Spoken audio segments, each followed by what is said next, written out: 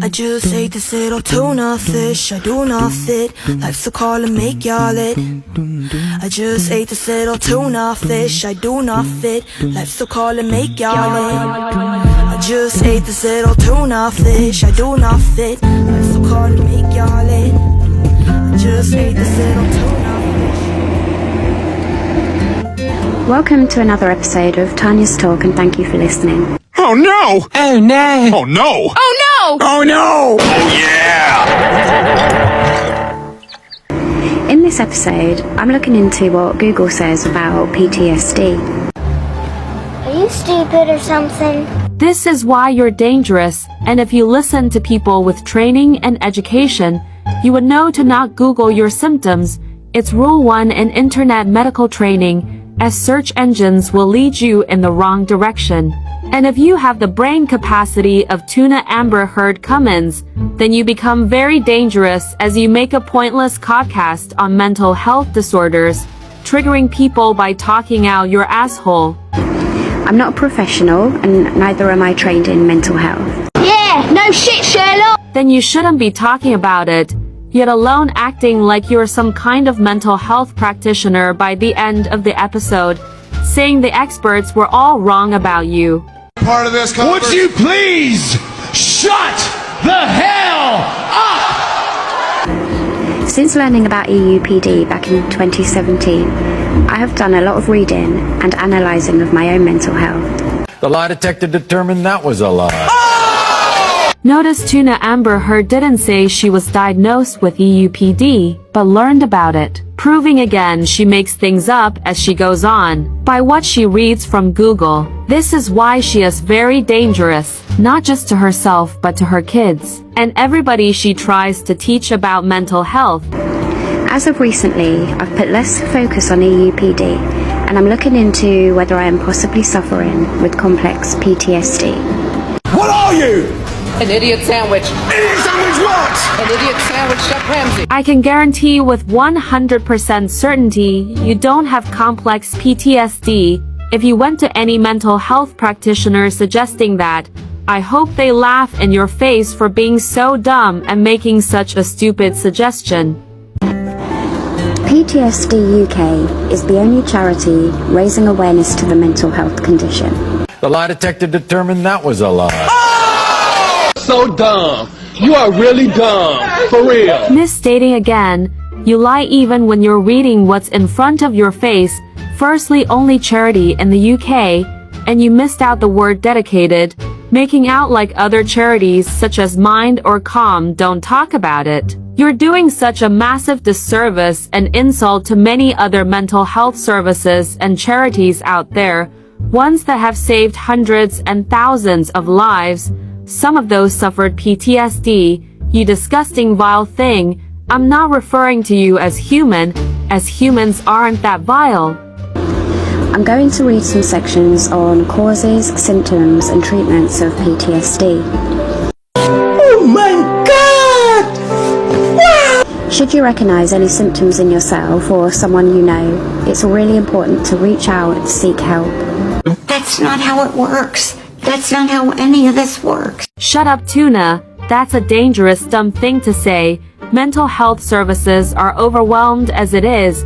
Everyone will at some point suffer a mental health symptom, but for the majority of people, they are part of the everyday life of being a human.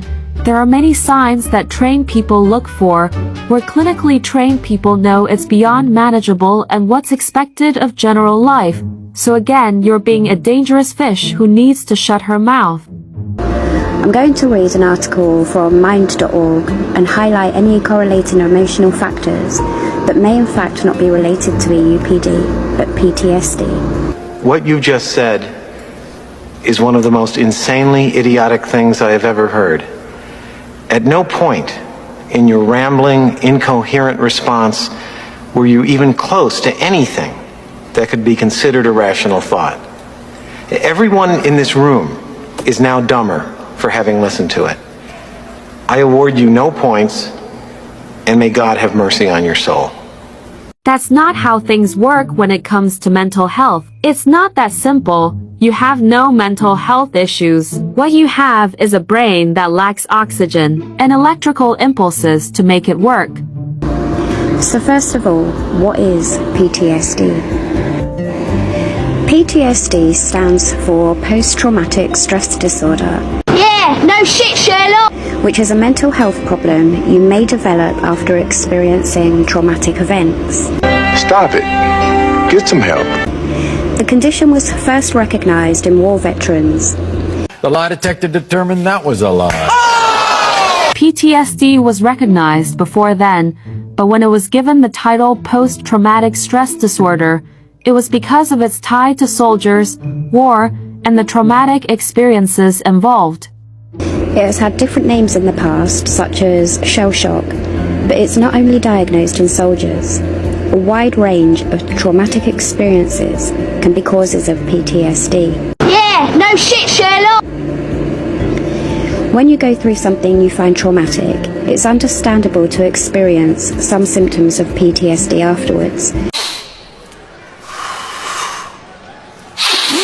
Stupid idiot.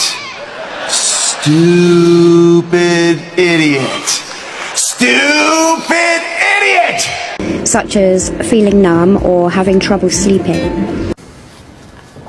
Oh, I'm sorry. I thought we were having a state the obvious contest. I'm competitive by nature. This is sometimes described as an acute stress reaction. Many people find that these symptoms disappear within a few weeks, but if your symptoms last for longer than a month, you might be given a diagnosis of PTSD.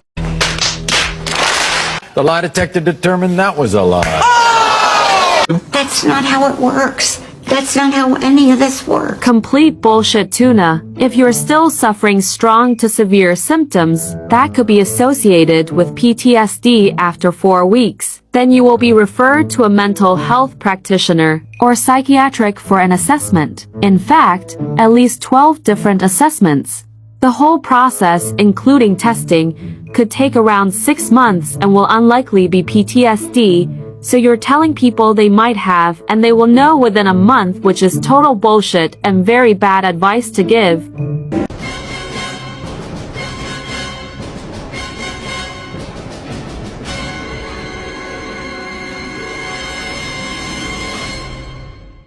Some viewers may find the following video disturbing. Viewer discretion is advised. Your GP might refer you to a specialist before this if your symptoms are particularly severe. If you are given a diagnosis of PTSD, you might be told that you have mild, moderate or severe PTSD. Yeah, no shit, Sherlock! This explains what sort of impact your symptoms are having on you currently. It's not a description of how frightening or upsetting your experiences might have been. PTSD may be described differently in some situations. If your symptoms emerge more than 6 months after experiencing trauma, this might be described as delayed PTSD or delayed onset PTSD. Why are you the way that you are? Really, I never would have guessed it meant delayed. Why do you treat your listeners like they are 2 years old? Oh yes, because your only real listener is Nitty, and you need to explain it as he is the village idiot. If you experienced trauma at an early age or it lasted for a long time, you might be given a diagnosis of complex PTSD. Okay. PTSD that develops after a traumatic experience of childbirth is also known as birth trauma. If you experience some PTSD symptoms while supporting someone close to you who's experienced trauma, this is sometimes known as secondary trauma. There are lots of misconceptions about PTSD.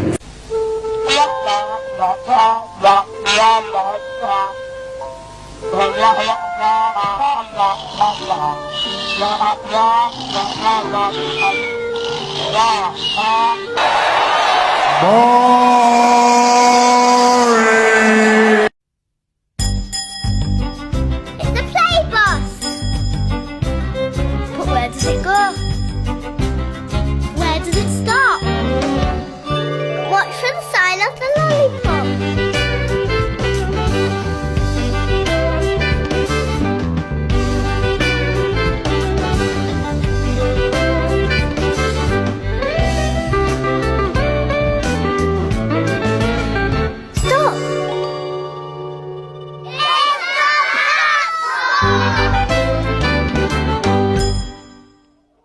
For example, people may wrongly assume it means you are dwelling on past events.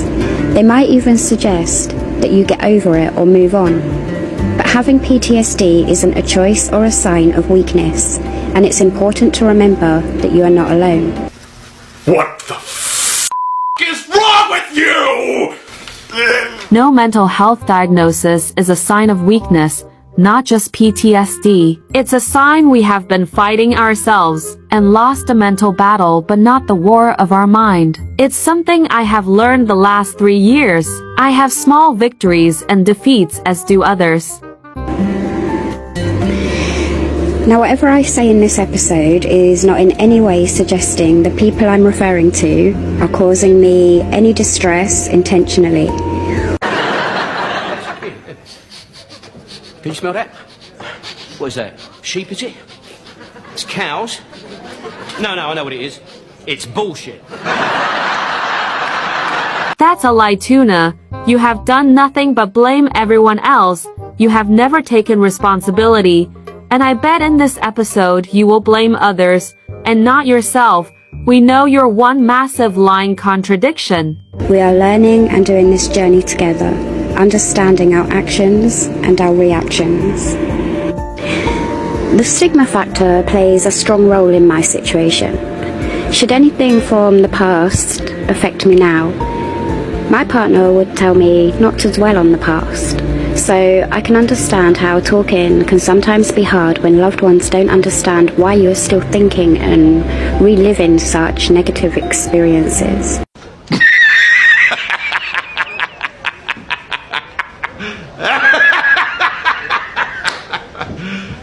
You serious?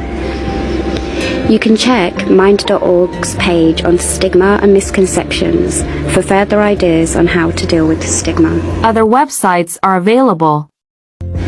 Each person's experience of PTSD is unique to them. You might have experienced a similar type of trauma to someone else, yet be affected in different ways. So first of all, common symptoms of PTSD. These are some common symptoms that you might recognize. Everyone's experience is different, so you may experience some, none, or all of these things.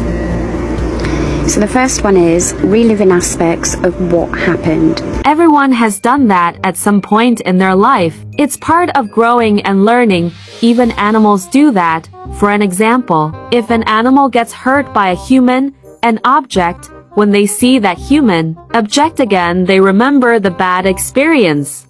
And this can include vivid flashbacks, feeling like the trauma is happening right now, intrusive thoughts or images, nightmares, intense distress at real or symbolic reminders of the trauma, physical sensations such as pain, sweating, nausea, or trembling. They also link into a lot of other mental health disorders, especially moderate to severe anxiety, so not just PTSD.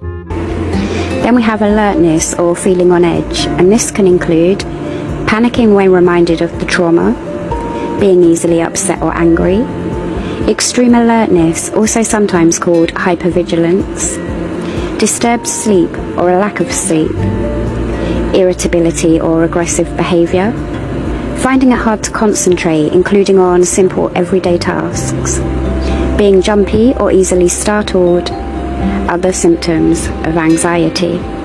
Symptoms every human and even a lot of animals suffer. And you just said anxiety, because they are anxiety symptoms and only a small part of PTSD, so on their own would not be enough for a diagnosis. And then there's avoiding feelings or memories, which can include feeling like you have to keep busy, avoiding anything that reminds you of the trauma, being unable to remember details of what happened, feeling emotionally numb or cut off from your feelings, feeling physically numb or detached from your body, being unable to express affection, doing things that could be self-destructive or reckless, using alcohol or drugs to avoid memories. Again, very general and not a diagnosis. And then we have difficult beliefs or feelings, which include feeling like you can't trust anyone, feeling like nowhere is safe, feeling like nobody understands, blaming yourself for what happened, overwhelming feelings of anger, sadness, guilt, or shame. General feelings and emotions we all experience throughout our lifetime, so just reading a small fraction misleads everyone, and is why your codcast is so dangerous. It's also why I will keep reporting it, because you should not have a voice in these matters. So why does PTSD have physical effects? This could be because when we feel stressed emotionally, our bodies release hormones called cortisol and adrenaline. This is the body's automatic way of preparing to respond to a threat, sometimes called the fight, flight, or freeze response. Studies have shown that someone with PTSD will continue producing these hormones when they're no longer in danger, which is thought to explain some symptoms such as extreme alertness and being easily startled.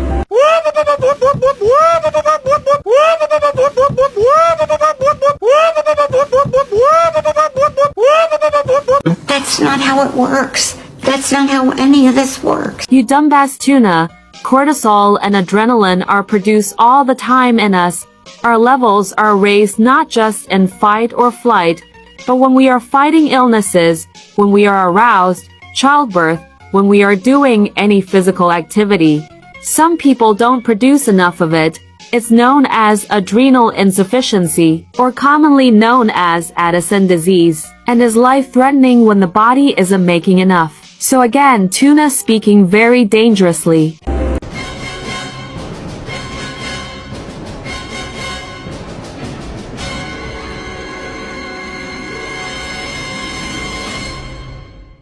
Some viewers may find the following video disturbing. Viewer discretion is advised.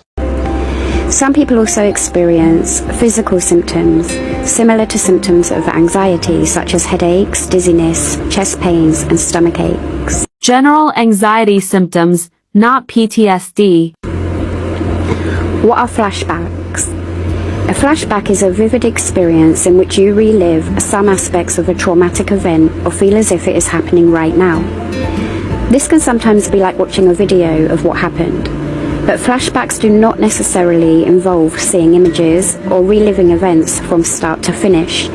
You might experience any of the following: seeing full or part images of what happened, noticing sounds, smells, or tastes connected to the trauma, feeling physical sensations such as pain or pressure, experiencing emotions that you felt during the trauma. You might not notice that particular places, people, or situations can trigger a flashback for you, which could be due to them reminding you of the trauma in some way. Tell me, he didn't just say that. Again misquoting, we all have flashbacks, good and bad. That's how the brain works, not just on humans, but animals too. Let's give so easy examples we can recognize, and it doesn't mean we have PTSD. Easiest example is to think of your partner, current or ex, or a family member, alive or passed on. There will be a song, TV show, food, smell that will remind you of them. Now with your eyes closed, think of that person and that song, smell, and you can relive a memory that's stored deep in your brain. And this is proven in animals too. Look at an animal that's been reunited with its owner after years apart. It may not recognize the human to start with, but the sound of a voice and a smell. Watch the reaction of happiness and love from that animal. Or you might find that flashbacks seem to happen at random. Flashbacks can last for just a few seconds or continue for several hours or even days. Other effects of PTSD. If you are experiencing symptoms of PTSD, you might also find that you have difficulty with some everyday aspects of your life.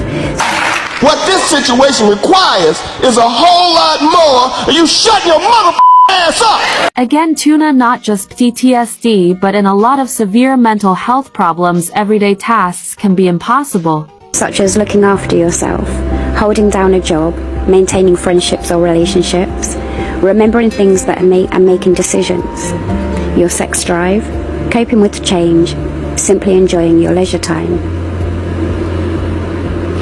PTSD and other mental health problems.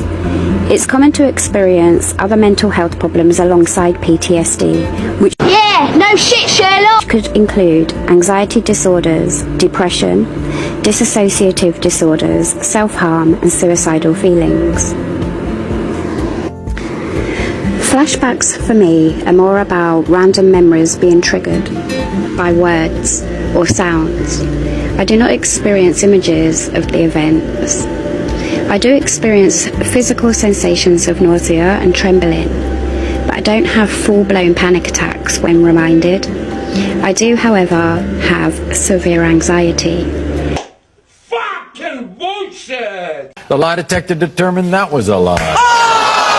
Firstly, what you have described in yourself is not PTSD. It's not severe anxiety either. It's moderate at its worst. And you have never been diagnosed with severe anxiety, because I know the testing involved to diagnose that level, and I've proved to my mental health team my levels. We are only halfway through this codcast.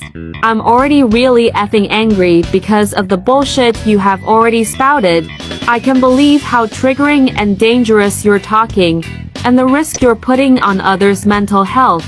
I become easily upset or angry, but my sleep isn't really affected. I don't have nightmares.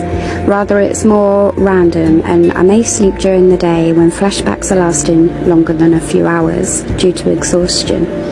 Sounds more like substance abuse. Tuna Amber Heard. Doing these short episodes do actually take me around a week to do, due to a lack of concentration, which only lasts for around 20 minutes. I guess Tuna Tanya is the right name, as you have the same concentration length. Also shows you're not interested in doing the codcasts, as if you would concentrate for much longer.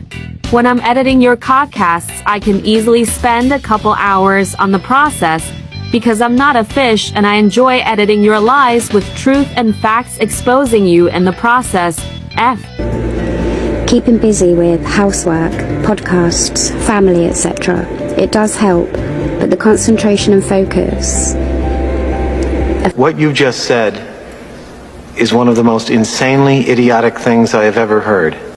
So you just said your codcast is a distraction from doing your codcast? That makes absolutely no sense. The fact the codcast is pre-recorded gives you chance to listen to and edit the mistakes. Then again, it was a mistake for you to even do a codcast to start with. Sorry, I meant mini codcast, as the episodes are too short to be classed as a podcast. Affects these areas. My memory does fail me with past events, but only until triggered. Then I remember it like it happened just yesterday. Blaming myself, overwhelming feelings of anger, sadness, guilt or shame, all very much play a part after a trigger. If you don't like it, that's tough shit, you know? You need to leave TikTok forever. Feeling the same emotions that I felt at the time of the trauma. Yeah, right. It's difficult not only for me, but for those around me, as we both have to relive the past. Why the you lying? Why you always lying? Oh my god, stop lying. That's a lie. You have blanked out, ignored, lied about, denied the past, even when proven beyond a reasonable doubt that you're at fault for everything. Nothing to do with PTSD, but everything to do with your behavior, which is affecting us both. Looking after myself is challenging and only really happens if necessary. Holding down a job and friendships is hard for me, as simple things can be a trigger. So the safest place is isolation.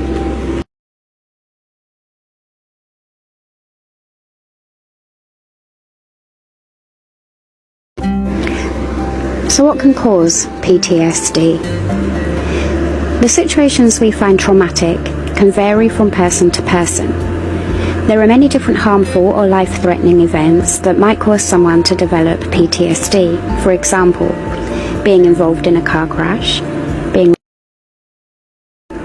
being abused, harassed, or bullied, including racism, sexism, homophobia or transphobia, and other types of abuse targeting your identity. So all the behavior you and that disgusting, dirty, unwashed, balding, useless, lazy, skanky, waste of oxygen that you call a boyfriend, use on other people on a daily basis. This is brilliant, another codcast where you claim to be the victims, but actually describe you and Nitty perfectly as the vile people you both are. Your stupidity and brainlessness shine brightly again, dumb tuna.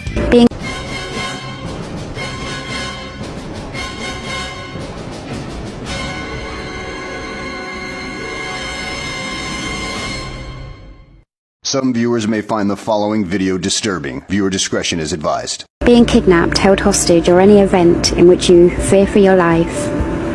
Experiencing violence, including military combat, a terrorist attack, or any violent assault. Seeing other people hurt or killed, including in the course of your job. Part of this Would you please shut the hell up? I hate so much about the things that you choose to be. Basically events you have never experienced, but I have in the course of my job. Has it affected me? Yes, dealing with an infant in cardiac arrest is probably the hardest thing I have ever dealt with. Doing a job where you repeatedly see or hear distressing things, such as working in the emergency services or armed forces. Which myself and official TikTok drama have background in. Surviving a natural disaster such as flooding, earthquakes, or pandemics such as the coronavirus pandemic. Tell me, he didn't just say that. So dumb. You are really dumb. For real. Yes, you did hear that right. Tuna has just blamed the pandemic as a major source of PTSD. Over 70% of the population of this planet have had confirmed to have suffered from it. The figure will be higher due to how some countries didn't record statistics. Just to show you how dumb Tuna is for what she just said about the pandemic and PTSD, Earth's population is just over 8 billion. That would mean just under 6 billion humans are at risk of being diagnosed with PTSD. Traumatic childbirth, as a mother or as a partner witnessing a traumatic childbirth. Losing someone close to you, in particularly in upsetting circumstances. Being sectioned or getting treatment in a mental health ward. Well, if the boot fits. Being diagnosed with a life-threatening condition. Evidence suggests that pandemics can cause psychological trauma. Can you smell that?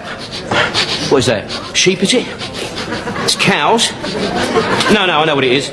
It's bullshit. That's a complete lie and goes against all relevant training and regulatory materials under mental health. So whatever you read is incorrect and not from a reputable site. Or knowing that it's you, Tuna, you probably total cherry-picked the article, didn't read it, and just quoted that small section. There is one big example of what they say caused psychological trauma, due to what people saw and learned. I can't say what it is due to guidelines, but to give you a hint, the start of the word is hollow. Are some people more at risk of PTSD?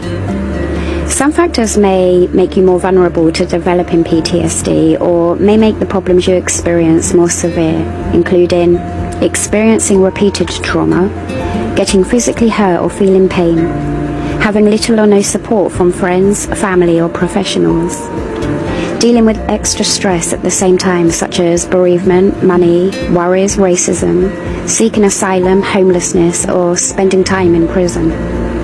Previously experiencing anxiety or depression. If you experienced trauma at an early age or you have experienced long-lasting or multiple traumas, you might be given a diagnosis of complex PTSD. Racial trauma. The impact racism can have on your mind and body is sometimes described as racial trauma. There's no universal definition of racial trauma, Some researchers say that it should be included as part of PTSD. Others say that it should be separate from PTSD to reflect the specific traumatic experiences and effects of racism. What the is wrong with you? You didn't need to go that way, or even make that part of your codcast, especially when you're with a man who has proven to be a racist on several occasions, when he has been live battling certain ethnicities, also a subject you need to read up on fully before cherry-picking for your narrative. But however you choose to define your experiences, it is always okay to ask for help with your mental health. Anyone can experience traumatic events, but you may be particularly likely to have experienced trauma if you work in a high-risk occupation, you are a refugee or asylum seeker, or if you were taken into foster care. Yeah, no shit, Sherlock!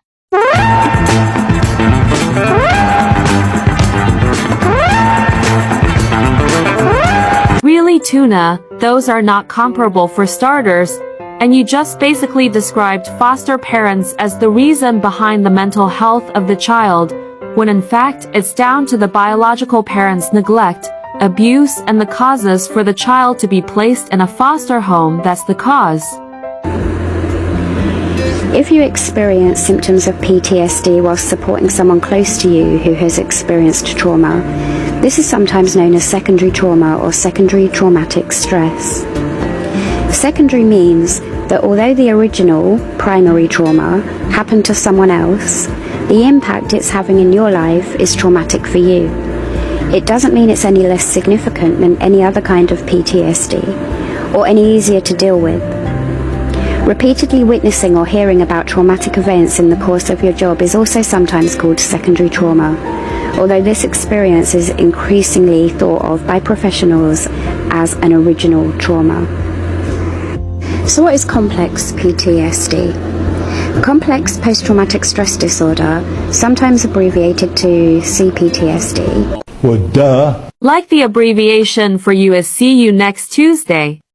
Is a condition where you experience some symptoms of PTSD along with some additional symptoms, such as difficulty controlling your emotions, feeling very angry or distrustful towards the world, constant feelings of emptiness or hopelessness, feeling as if you are permanently damaged or worthless, feeling as if you are completely different to other people, feeling like nobody can understand what happened to you, avoiding friendships and relationships or finding them very difficult, often experiencing dissociative symptoms such as depersonalization or derealization, physical symptoms such as headaches, dizziness, chest pains and stomach aches, and regular suicidal feelings. Complex PTSD is a fairly new term. Professionals have recognized for a while that some types of trauma can have additional effects to PTSD, but have disagreed about whether this is a form of PTSD or an entirely separate condition.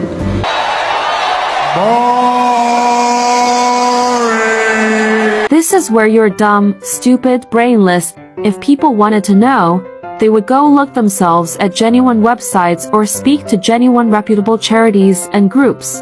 They are not going to listen to a half-arsed, poorly researched, cherry-picked, lie-filled codcast from a person who lies, neglects and ignores essay on her kids, picks a beast over her own family.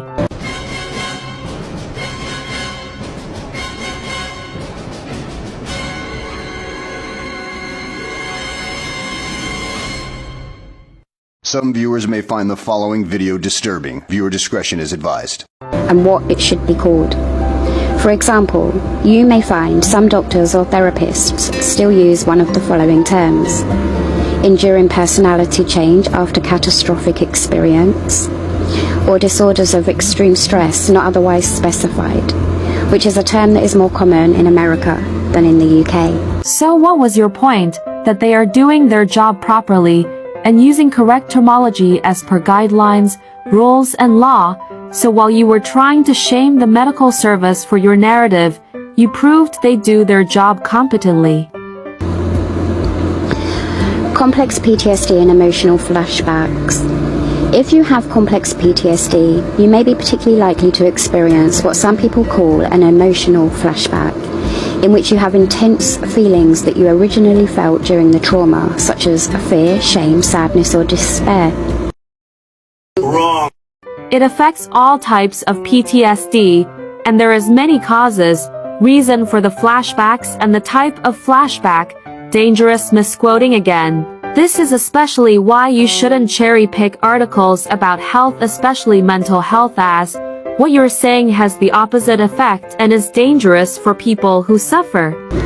You might react to events in the present as if they are causing these feelings without realizing that you are having a flashback. The types of traumatic events that can cause complex PTSD include childhood abuse, neglect or abandonment, ongoing domestic violence or abuse, repeatedly witnessing violence or abuse, being forced or manipulated into prostitution, torture, kidnapping or slavery, being a prisoner of war. You are more likely to develop complex PTSD if you experienced trauma at an early age, the trauma lasted for a long time, escape or rescue were unlikely or impossible, you have experienced multiple traumas, or you were harmed by someone close to you. Some information. Misdiagnosis with BPD, borderline personality disorder, also known as EUPD. Some of the symptoms of complex PTSD are very similar to those of borderline personality disorder, of which you have neither. But not all professionals are aware of complex PTSD. They are aware, they just can't diagnose. As a result, some people are given a diagnosis of BPD or another personality disorder when complex PTSD fits their experiences more closely.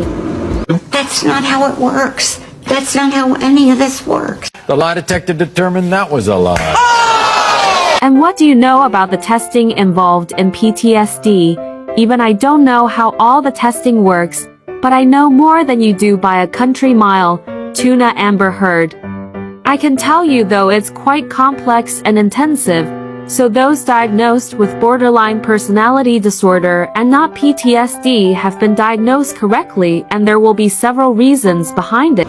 Professionals disagree about when it's helpful to diagnose someone with a personality disorder, or when another diagnosis or description is better. If you're worried that the diagnosis you've been given doesn't fit the way you feel, it's important to discuss it with a mental health professional so that you can make sure that you're getting the right treatment to help you. The National Institute for Health and Care Excellence, NICE, the organisation that produces guidelines on best practice in healthcare. The lie detector determined that was a lie. That is not what NICE do. They make guideline recommendations. Guidelines are put in by NHS England, the General Medical Council if you're a doctor, the Nursing and Midwifery Council obviously who they apply for. So proven again, you don't research, you have no knowledge, you cherry pick what you say, and then just put it out there, knowing full well you're speaking bullshit. Has not yet developed recommendations specifically for complex PTSD. They caution that the existing guidelines for PTSD weren't developed for this kind of diagnosis. You may find standard treatments for PTSD helpful, but many people with complex PTSD need more long-term, intensive support to recover. As part of your treatment, you should also be offered support for other problems you experience, such as depression, drug and alcohol use, or disassociation. Yeah, no shit, Sherlock! Aquaman! The treatment you are offered may depend on what's available in your local area. Emotional flashbacks is the section that has got my mind in overdrive. My partner only has to call my phone sometimes, and when I answer I will say, "What do you want?" This affects him, it hurts him, and obviously he will ask me, why am I talking to him like that?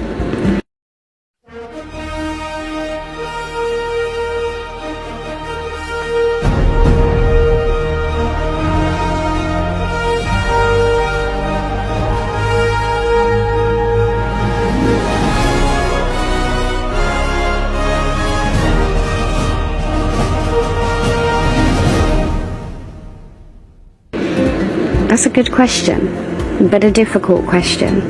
And I never had the answer. Until today, that is.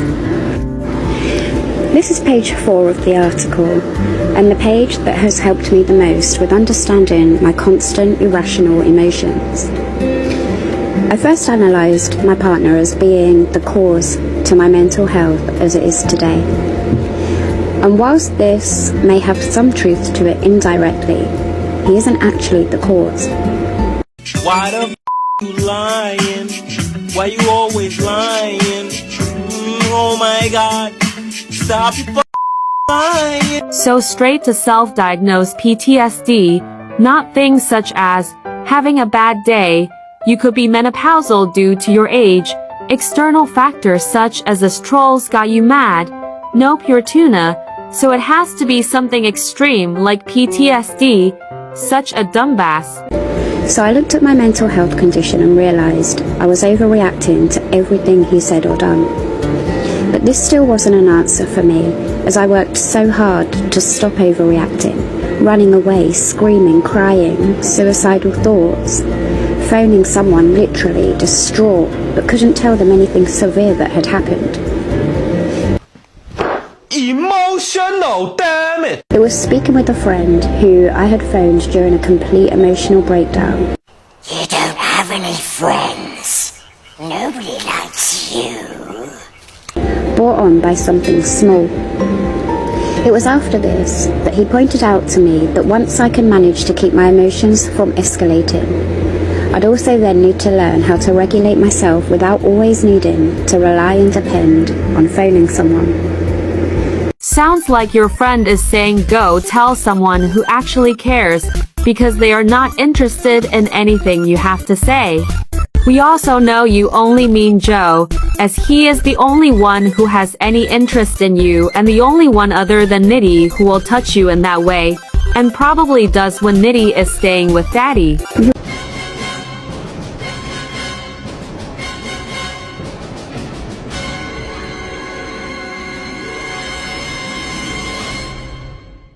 Some viewers may find the following video disturbing. Viewer discretion is advised. He was right, but the problem was, I wasn't having issues weekly, daily, but often a few times a day. I said to my partner, I can regulate my emotions, and I can use my thoughts and my mind to not get so distressed.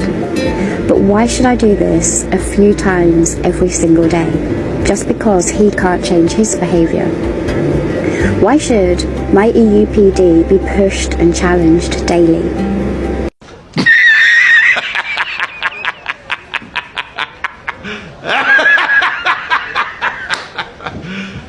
You serious? This is why you're dumb. Your logic is saying, let's keep dating Nitty, even though he is the trigger for my negative emotions and anger, rather than get rid. Also stop saying you don't have it, it's self-diagnosed. He agreed, and from then tried his best to be thoughtful, available, and empathetic. But nothing changed.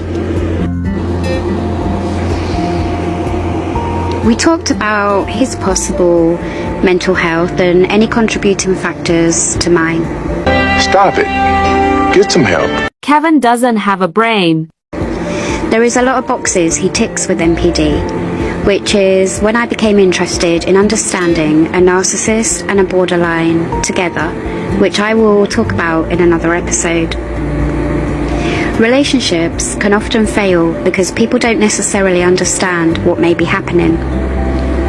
In my head, my partner is abusive, selfish, thoughtless, and only cares about himself. That's not just in your head, that's how Nitty is and always has been and always will be. So why would I love him? I've never known why, because of being overshadowed by negative and toxic thoughts. Because he gives you what you crave, attention. But this section on emotional flashbacks has possibly made it make sense to me. I look forward to him phoning. When my phone rings, my body feels anxious and a guard automatically comes up. By the time we have said hello, I don't even want to talk to him anymore.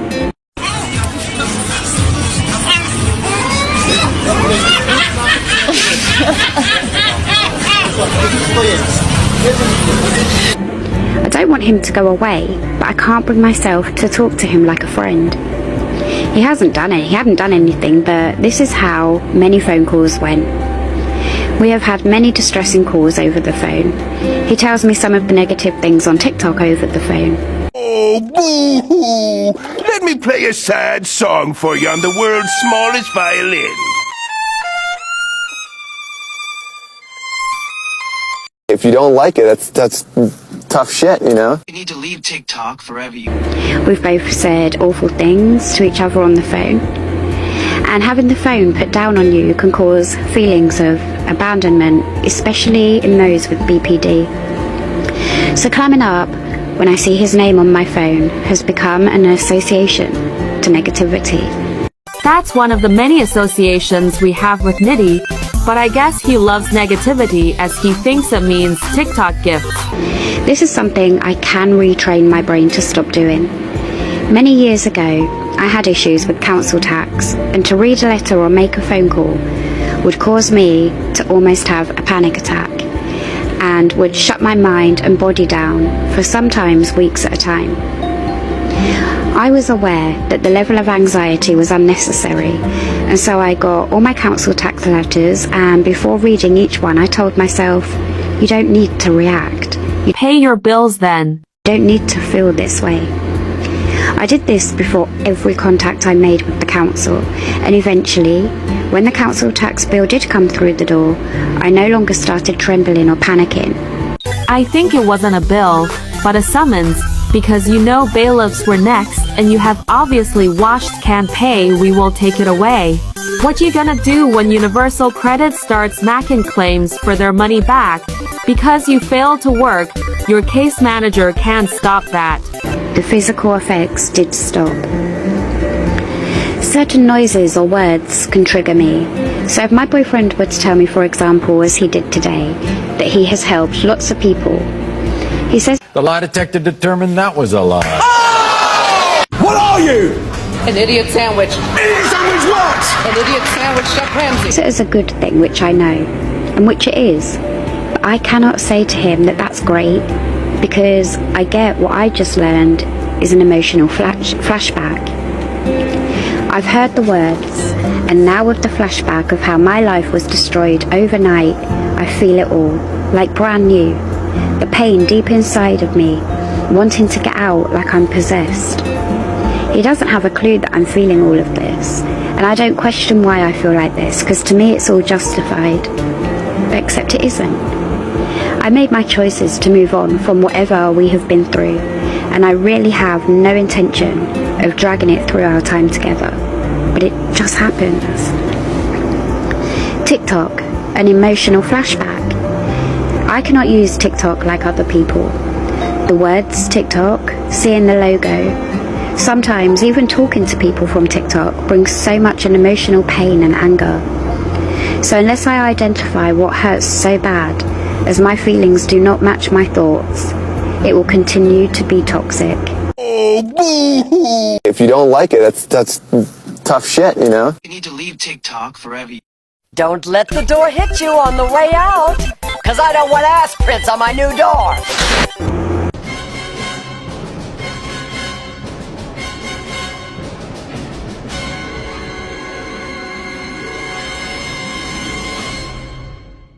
Some viewers may find the following video disturbing. Viewer discretion is advised. My boyfriend does TikTok, so how am I going to spend my life with somebody who makes a living from the same app that has possibly caused me CPTSD? Bottom line, not gonna happen.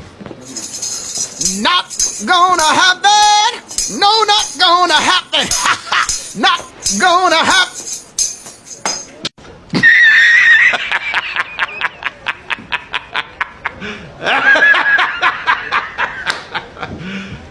You serious?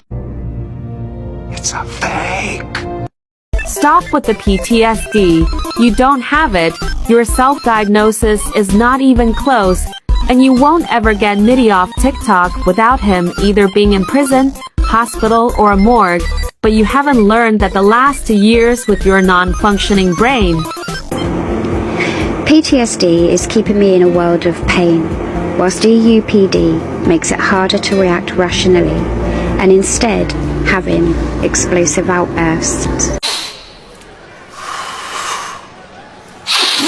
Stupid idiot. Stupid idiot. Stupid idiot! You can find a few tips on mind.org on coping with flashbacks, such as focus on your breathing.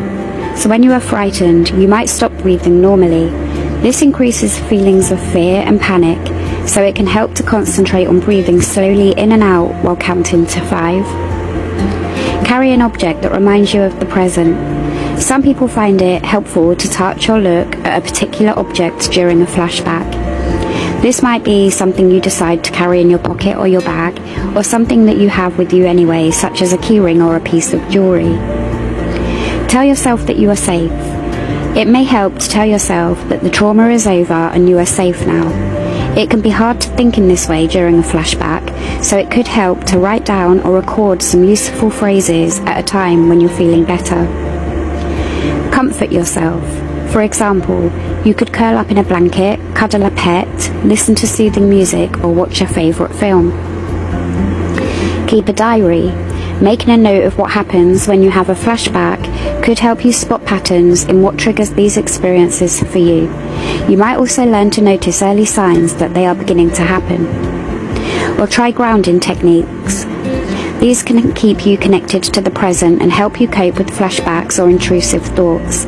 For example, you could describe your surroundings out loud or count objects of a particular type or colour.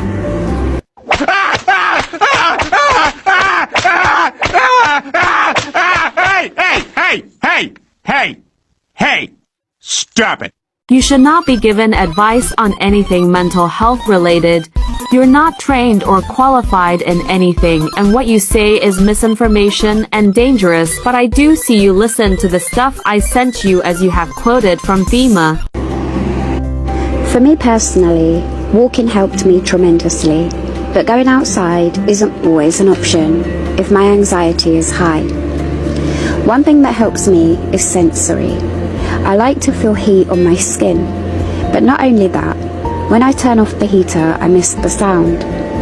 The sound is very comforting and drowns out sounds around me. A therapist gave me some techniques, but none really felt appropriate. She said to try rolling up a pair of socks and throw them at a wall. This would not solve my anger. I need to get all of the energy out. Sounds like you have anger management issues, so not PTSD or EUPD. Talking is another thing that works for me. Unfortunately, until I understand my thoughts and emotions fully, I cannot explain to someone else the correct balance of the problem. A few coping ideas that are suggested on mind.org I've already read out to you. And a small quote: you can't stop the waves, but you can learn to surf. So get to know your triggers, confide in someone, give yourself time, try peer support, find specialist support, look after your physical health. I'm going to look a little more into this and contact my GP to discuss correct medications. Yeah, right. Well, that won't go well. Telling your doctor you need this and that medication will have the opposite effect. Plus, for any mental health diagnosis that takes time as in months to diagnosis. Myself and others know you won't get diagnosed with anything you suggest. You may get a diagnosis of anxiety and depression if you're being honest with the mental health team. If you're lying, then we'll know. In my next episode, I'm going to read about NPD and talk about why I think my boyfriend has NPD. Well, we're waiting. And how we can work through it. If you or anyone you know is struggling, please reach out to a family member, a friend, a teacher, a colleague, or a health professional. Stay strong, you're worth it. Lots of love from me to you.